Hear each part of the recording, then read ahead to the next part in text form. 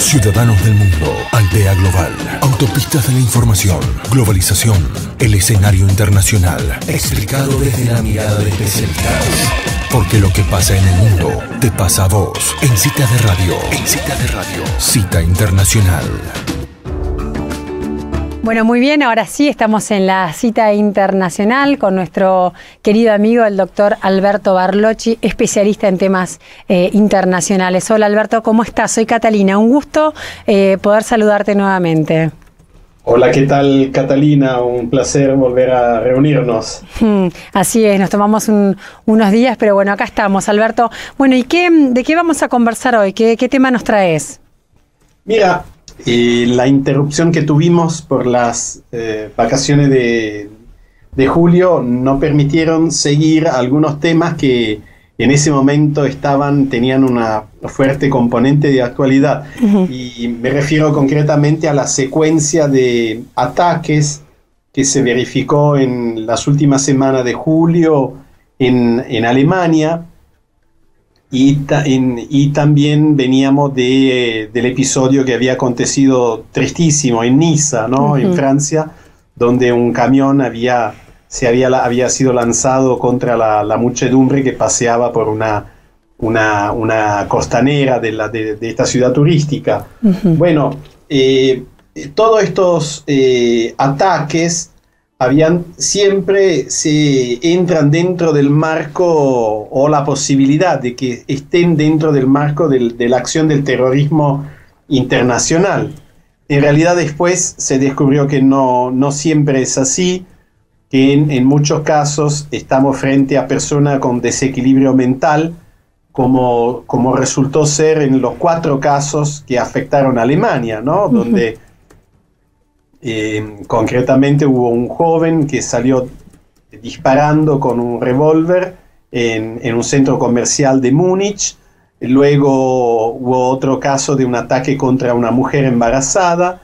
Hubo también otro que intentó colocar un artefacto explosivo cerca de un restaurante, y también un muchacho que atacó con hacha y cuchillo en un tren. Pero en muchos de estos casos se pudo ver que respondían más bien a personas con un grave desequilibrio mental, con sectores con un fuerte resentimiento social, también por el sistema de integración que han tenido con prófugos que vienen, o migrantes que vienen de Medio Oriente, de Asia Central en Alemania. Y bueno, también la reacción internacional por el hecho de que el Estado Islámico reconoció a algunos de los atacantes. Un par de atacantes dieron mensajes que hacían pensar eso, aunque en realidad estábamos frente a un fenómeno más bien aislado de uh-huh. personas que actuaron de manera así aislada. Y después el episodio doloroso del ataque en una iglesia de Normandía, cerca de Rouen, donde los 2 atacantes filmaron incluso el momento en que degüellan a un sacerdote católico durante la celebración de la misa. Bueno, este último episodio tuvo un impacto muy fuerte, y convocó a las comunidades islámicas a tomar posición, ¿no? Entonces, la cuestión es que el domingo pasado los líderes musulmanes de Francia e Italia invitaron a sus fieles a ir a la misa católica, a participar de celebraciones cristianas en las iglesias y ahí manifestar solidaridad, cercanía y fraternidad. Y el tema abarcó tan solo en Italia más de 24.000 musulmanes que participaron en decenas de iglesias de la misa dominical. Y qué también bárbaro. En Francia, donde también hubo mucha concurrencia ante la invitación realizada por las organizaciones islámicas, lo cual fue muy importante, primero para tomar posición sí. Contra la violencia, definitivamente, una vez más, por parte de organizaciones musulmanas que aseguraron, digamos, una vez más, destacaron de que el Islam no es una religión violenta y que no hay ninguna justificación para provocar la muerte de alguien por motivo que pudieran ser mínimamente religiosos. Uh-huh. Incluso con momentos conmovedores, en muchos casos durante la misa, en el momento del intercambio de paz, claro, que se da entre los presentes, realmente en todas las naves de las iglesias la gente se confundió en un abrazo con hermanos y hermanas de esta religión, y con declaraciones, también con lectura de algunos fragmentos del Corán, particularmente los que hablan de la paz. En otros casos, a la finalización de la celebración, fuera de la iglesia, hubo un pequeño evento, un pequeño acto donde estas personas presentes también manifestaron su punto de vista, y también los feligreses católicos pudieron asistir a la actitud de devoción de muchos musulmanes hacia la figura de la Virgen María y del propio Jesús. Hay que recordar que el Corán reconoce que Jesús es un profeta, no es el Hijo de Dios, pero sí es un profeta particularmente importante, y además se destaca la figura de María como madre de Jesús y su virginidad, incluso después del parto. O sea, hay una contemplación muy grande de algunos aspectos de la escritura, que es parte de la Sagrada Escritura de la Iglesia y del cristianismo, que es compartido por el Islam. Uh-huh. Así que fue realmente un momento de encuentro, de tomar distancia, y creo que fue la peor derrota que pudiera imaginarse el Estado Islámico en su tentativa criminal y delirante de crear un clima de terror y de paranoia en los países europeos. Uh-huh. Tal cual, Alberto, porque pareciera que viene por ahí, ¿no? El camino, por donde vos decís, por los mismos creyentes, sean católicos o musulmanes, incluso judíos, ¿no? Parece que entre los creyentes hay más cuestiones que unen que desunen, y que quizás es más la política, lo que está haciendo mella, o algunos otros intereses que no tienen nada que ver con la hermandad que sienten los distintos creyentes entre sí. Es que religión y política se mueven sobre carriles que son distintos, que tienen cierta autonomía y que es bueno que mantengan también cierta distancia.